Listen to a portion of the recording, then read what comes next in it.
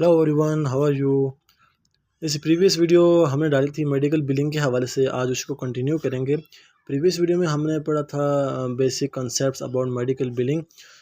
आज की वीडियो में हम पढ़ेंगे कि मेडिकल बिलिंग में कौन कौन सी एंटिटीज़ होती हैं। एंटिटीज़ का मतलब होता है कि इनकी शराकत मेडिकल बिलिंग में एक्चुअल कौन कौन से बंदे इसमें शरीक होते हैं। सबसे पहले हमारी जो एंटिटीज़ है मेडिकल बिलिंग में वो आ जाता है हमारा डॉक्टर, जिसको डॉक्टर को कहते हैं बिलिंग के हवाले से, बिलिंग के लिहाज से प्रोवाइडर। ठीक है जी। दूसरा हमारा है पेशेंट, और तीसरा हमारा है इंश्योरेंस कंपनी।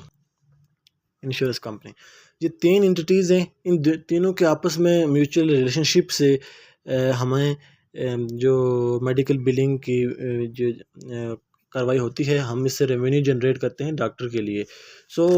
इन तीनों से जो रेवेन्यू कैसे जनरेट करते हैं, उनके स्टेप कौन कौन से हैं कि इंश्योरेंस कंपनी से पैसे लेकर डॉक्टर को देना, ये पूरे इनके एक प्रॉपर प्रोसीजर फॉलो होता है। यहाँ पर स्टेप्स फॉलो हो रहे हैं। वो स्टेप कौन कौन से हैं, और इन स्टेप्स को कहते हैं रेवेन्यू साइकिल मैनेजमेंट। अच्छा, आरसीएम बेसिकली है क्या? रेवेन्यू साइकिल मैनेजमेंट ये बेसिकली होता है कि हम पेमेंट और उसके अकाउंट रिसीवेबल को कैसे डील करते हैं। पेमेंट इंश्योरेंस लेते हैं और लेने के बाद डॉक्टर को कैसे देते हैं, डॉक्टर क्या क्या काम परफॉर्म करता है, ये सारी चीज़ें आरसीएम में जाता है। आरसीएम के स्टेप्स हैं, 9 स्टेप्स हैं आरसीएम के।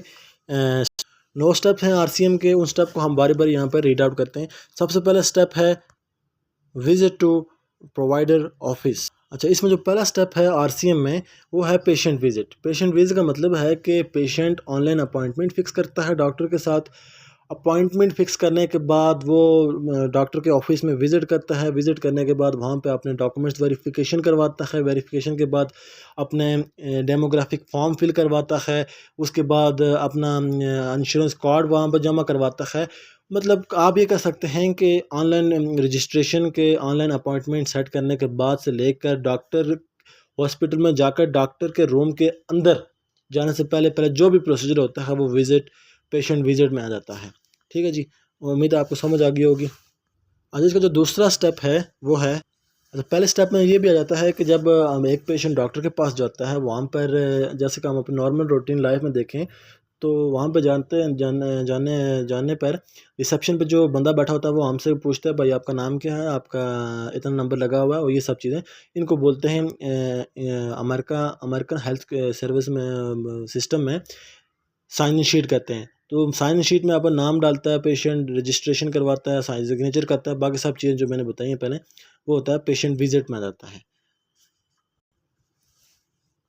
सेकंड स्टेप है patient meeting with doctor.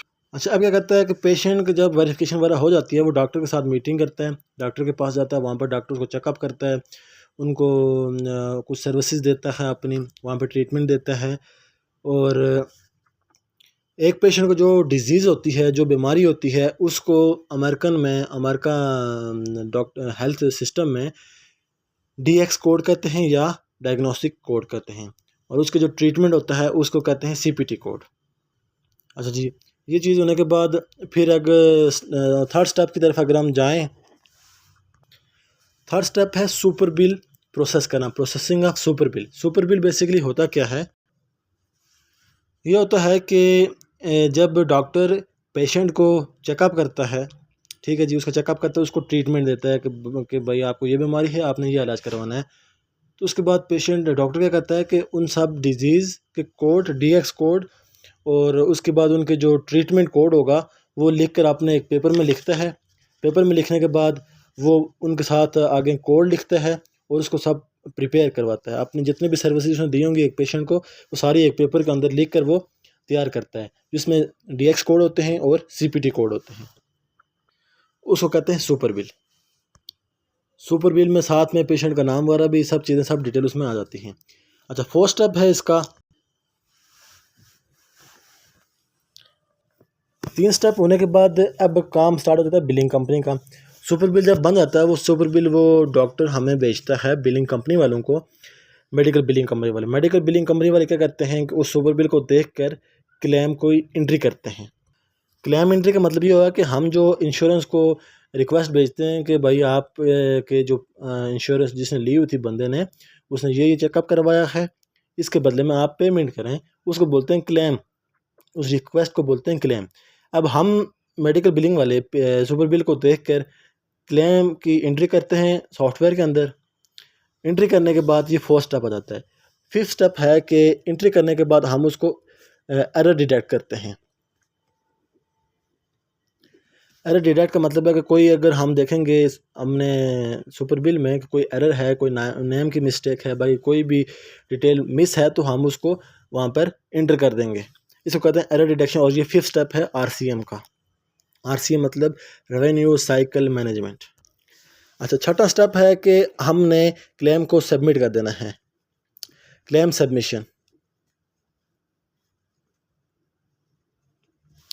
Fifth step में हम एरर डिटेक्ट करेंगे, एरर मिला तो ठीक, नहीं तो हम उसको सबमिट कर देंगे। इसको बोलते हैं छठा स्टेप। एरर सबमिट करने के बहुत से तरीके होंगे, वो हम बाद में डिटेल में हम पढ़ेंगे। अभी हम सिर्फ मेन स्टेप्स और इसकी हेडिंग को देख रहे हैं। सातवां स्टेप है एक्नॉलेजमेंट।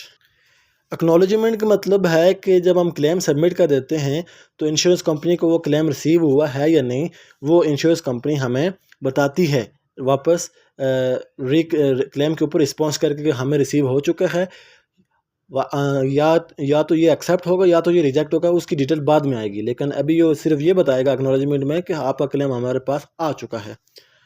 आठवां स्टेप है हमारे पास पेमेंट पोस्टिंग और डिनाइल। पेमेंट पोस्टिंग और डिनाइल का ये मतलब है कि अगर इंश्योरेंस कंपनी हमारी जो क्लेम है उसको एक्सेप्ट कर देती है और हमें पेमेंट कर देती है, तो वो हमें एक रसीद भेजेगी जिसको कहते हैं ERA। ठीक है जी। अगर वो रसीद हो इलेक्ट्रॉनिकली, मतलब वो ऑनलाइन भेजी गई हो, तो उसको बोलते हैं ERA। अगर वो पेपर के थ्रू भेजी हुई है तो उसको बोलते हैं EOB, एक्सप्लेनेशन ऑफ बेनिफिट। और ERA का मतलब होता है इलेक्ट्रॉनिक रेमिडेंस एडवाइस। ठीक है जी। आपको ये बात समझ आएगी, नहीं आई तो फिर इंशाल्लाह नेक्स्ट वीडियो में समझ आ जाएगी।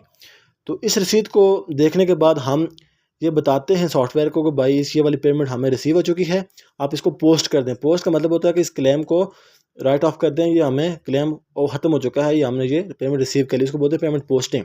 अगर इंश्योरेंस डिनाइड करती है कि भाई मैं आपको ये पेमेंट नहीं दूंगी, कुछ रीज़न है इसके पीछे, तो वो क्यों नहीं देगी, उसको कहता है डिनाइल, नहीं दूंगी। तो उसके नतीजे में हम क्या करेंगे, डिनाइल वो हमें वापस डिनाइल करके भेज देगी। डिनाइल के नतीजे में हम क्या करेंगे, डिनाइल के नतीजे में हम उसको फॉलो अप करेंगे। फॉलो अप का मतलब होता है कि हम उसको डिनाइल जिस वजह से एरर हमारा क्लेम रिजेक्ट हुआ है, उस एरर को करेक्ट करेंगे, उसको वापस रीसबमिट करेंगे। उसके बाद बार बार डिफरेंट ड्यूरेशन के बाद हम चेक करेंगे कि हमारा क्लेम सबमिट हुआ है या नहीं हुआ है, डिनाइल में कोई एरर तो नहीं आ रहा। ठीक है जी। ये सारे स्टेप होते हैं RCM स्टेप। सबसे पहले अगर हम सीक्वेंस में जाएंगे, पेशेंट डॉक्टर के साथ विज़िट करता है, विज़िट में वो अपनी मीटिंग वाला फिक्स करता है। उसके बाद वो डॉक्टर के पास जाता है, डॉक्टर के साथ मीटिंग करता है। मीटिंग के बाद डॉक्टर उसको चेकअप करता है, चेकअप करने के बाद कोई सर्विस देता है, कोई बिल शिल बनाता है अपना। उस जो बिल बनाता है उसको बोलते हैं सुपर बिल। सुपर बिल में वो पेशेंट की डिजीज़ होंगी, उसके बाद जो उसको ट्रीटमेंट देगा डॉक्टर, उसका भी कोड होगा। ठीक है जी। सुपर बिल के बाद वो बिलिंग कंपनी को बेचता है सुपर बिल को देखने के बाद बिलिंग कंपनी क्लेम की एंट्री करती है। क्लेम एंट्री करने के बाद उसको देखती है बिलिंग कंपनी कि इसमें कोई एरर तो नहीं है। देखने के बाद वो सबमिट कर देती है क्लेम को। तो जब वो इंश्योरेंस के पास पहुंच जाता है तो इंश्योरेंस वापस रिस्पांस में हमें एक्नॉलेजमेंट करती है कि हमने रिसीव कर लिया है या नहीं रिसीव किया। तो अगर इंश्योरेंस उसको एक्सेप्ट कर देती है क्लेम को कि भाई ये वाली पेमेंट मैं पे करूँगी, उसको बोलते हैं क्लेम एक्सेप्टेड। और उसके नतीजे में इंश्योरेंस कंपनी हमें एक रसीद भेजती है जिसे कहते हैं ERA। जब हमें ERA मिलती है तो हम उसके नतीजे में पेमेंट पोस्ट कर देते हैं अपने सॉफ्टवेयर के अंदर, जिसका मतलब होता है कि हमें पेमेंट मिल चुकी है। अगर वो डिनाइल करती है कि मैं आपको पेमेंट नहीं दूंगी, तो वो डिनाइल भेजेगी और उस डिनाइल के नतीजे में हम फॉलोअप करेंगे। फॉलोअप का मतलब होता है कि हम उस डिनाइल के नतीजे में क्लेम को रीसबमिट करेंगे विद अपने जो हमारे क्लेम में एरर है उसको करेक्ट करने के बाद रीसबमिट करेंगे। जब रीसबमिट करेंगे तो उसको हम फिर देखभाल करेंगे कि भाई इसमें कोई एरर तो नहीं आ रहा है, पेशेंट इंश्योरेंस कंपनी क्या कह रही है, क्लेम में क्या इशू है। तो ये सब चीज़ें उसको बोलते हैं फॉलोअप। ठीक है जी। उम्मीद है वीडियो आपको अच्छी लगी होगी। वीडियो लेंथी हो चुकी है, सो यहाँ पर इत्तेफाक करते हैं। नेक्स्ट वीडियो में हम इस स्टेप्स को डिटेल में पढ़ेंगे।